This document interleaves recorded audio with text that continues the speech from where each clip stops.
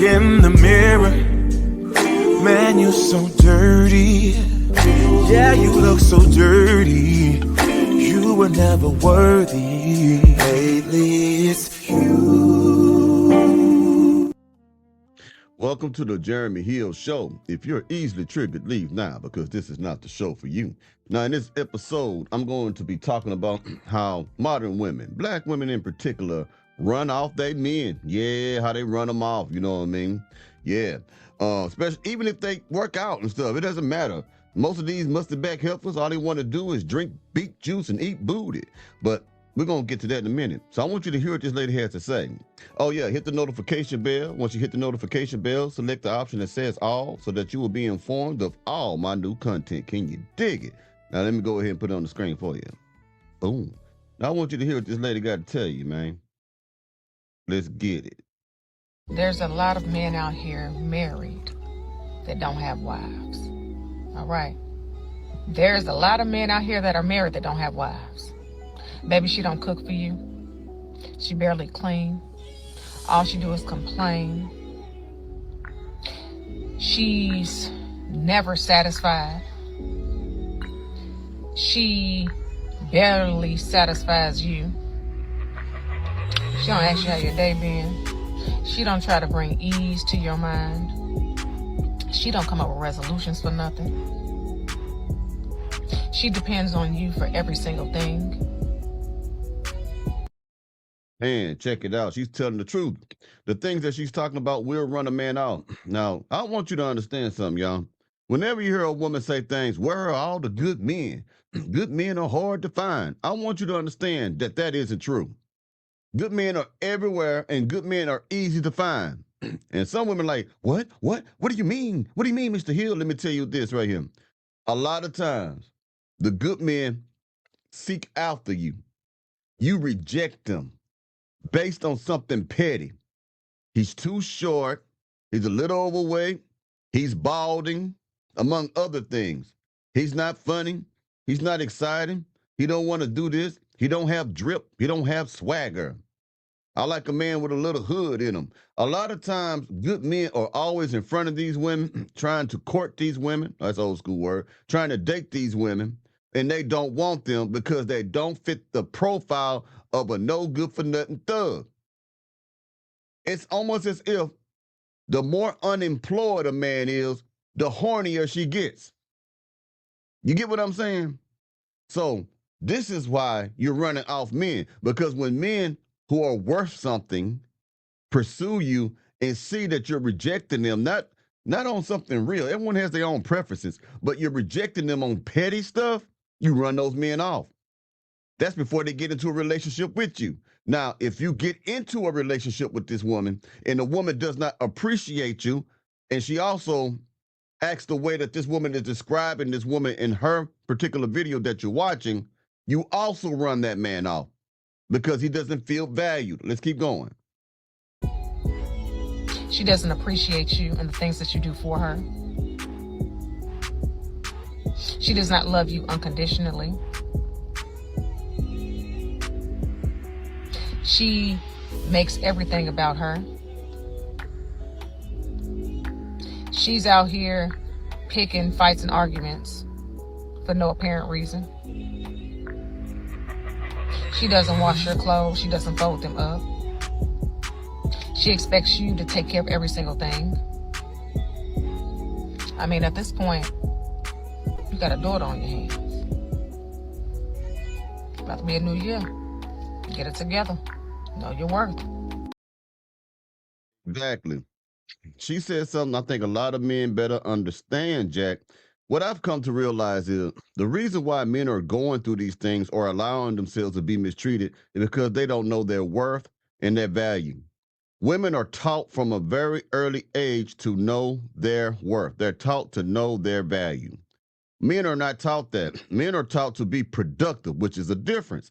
We're taught to be productive. We're taught to be productive but we're not taught to understand our self-worth. Have you ever thought about that? We're taught that we're supposed to be a man who can provide for a family. We're taught to be a man that can stand on his own 2 feet. We're taught to be a protector and a provider. We're taught to not to be cowards. We're taught to not let anyone just run over us or bully us. We're taught this and that and this. These certain things fit the criteria of manhood. But you never hear another man, a father, pass down to his child, son, I want you to understand your worth. And the reason why it's important for you men to understand your value is because women understand it. Women tend to understand your value more than you do. This is why women say they want a man to protect and provide, because they know those 2 things are valuable. And they also understand that women understand that that is more valuable than men do, because it's in the man's innate nature. It's in our innate nature to want to protect someone that we love and to provide for those who we love. You see, it's just a part of our human nature, but it is still valuable. You get what I'm saying? We just do it because that's what we are. That's how we do things. A woman wants a man and picks men on those things a lot of time, but they understand that it's extremely valuable, like gold and rubies.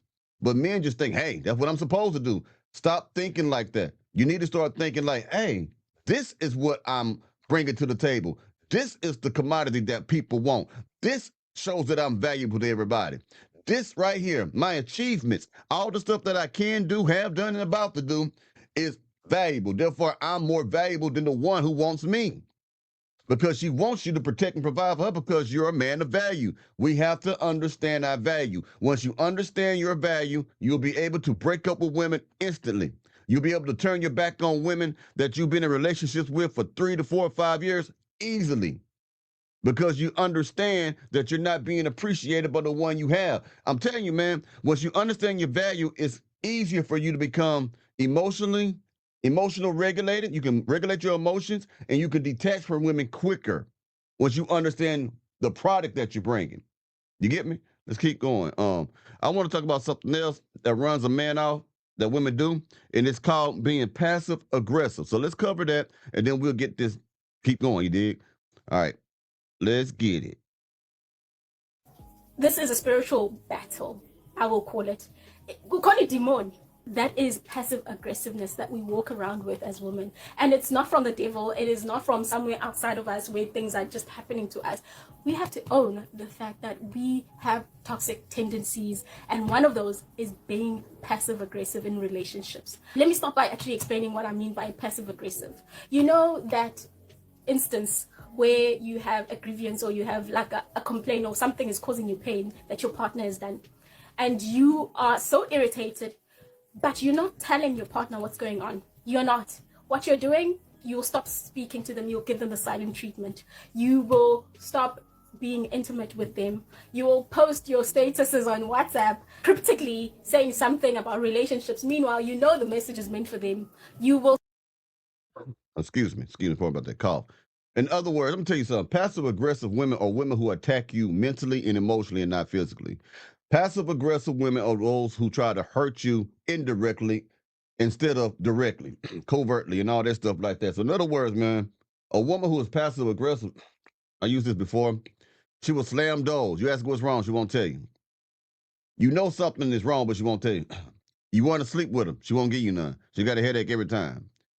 If you're trying to read, if you're trying to get some silence, some quiet, she'll start singing through the house like a damn immature child fool. She'll start slamming doors like a child. She'll try to make the most noise she can to break your concentration of whatever it is you're doing, because she's an immature, no good for nothing, stupid ass mustard back heifer. That's a example of a immature, passive aggressive woman. Another thing that show you that she's passive aggressive is her withholding the information. Something that she knows will benefit you, she's not going to tell you because she's upset with you. So she has you digging through whatever you got to dig through to get the information when she could have just gave it to you right then and there because you already knew something that you didn't know. You know, stuff like that. Passive aggressiveness is a form of cowardice. It is a form, men do it too, but women do it better. Boy, I tell you, it's a form of being a coward. Okay? The silent treatment shows that the person does not have the ability to be mature enough to communicate their feelings. It also can show that they don't have the strength to leave you alone. It also shows that they ain't gonna leave you alone because there's a benefit of being with you when they give you the silent treatment. Because I would leave this no good for nothing mother right here, but he do got this nice Porsche. He is taking care of me. A lot of times that's what it is now. I don't want you to get it confused between a person needing time alone, because sometimes you need time alone, but you can communicate that to your partner. When you are passive aggressive, no good for nothing, hot Cheeto, camel toe looking ass, mustard back heifer, you don't communicate. You just get an emotion, you get mad, it's obvious that you're mad. You may say something slick or some shit, whatever it may be, and then you go and do those things that we're talking about. These things run men off. All right. And you tend to see these things during the time that you're in a relationship with a musty back heifer. When you're in there with a musty back heifer, she get musty and she start acting like that right there. You hardly see this during the dating process, but sometimes you do. It's just little red flags that you look over. But in relationship, that's when she begin to get really musty and start acting passive aggressive, and then she just want to just get mad and she won't eat your booty no more. That's what she said, because no musty back heifer love to eat booty. Let's keep going. You will subtweet you, and you will do things that you know will have an irritating effect for them, so that they get the message that there's something wrong that they've done. That is the behavior that I'm talking about, and it's not talked about enough. And we need to start taking responsibility of how this behavior of being passive aggressive is ruining perfectly good relationships that actually would have worked out well if we took the time to look into this dysfunction that we have as women and call it out in ourselves and take responsibility for it. Yeah, buddy, she's right. Now that's how This is a spiritual battle. Mustard back heifers, excuse me, that's how a lot of mustard back heifers be running men out. I mean, they be sprinting at the sprint line. Oh, damn, shit, nigga. I'm sorry. They just run, man. They just getting the hell out of there because of how you treat them, your attitude, your personality, man. You a musty back heifer, man. I'm telling you, man. I'm a musty back heifer. I run off everybody because I'm stupid as fuck. You know what I'm saying? Can you dig it? All the musty back heifers say, right on. Right on. All right. I'm gonna be hollering at y'all pretty soon, man. Y'all take it easy now, you hear? Ooh, ooh,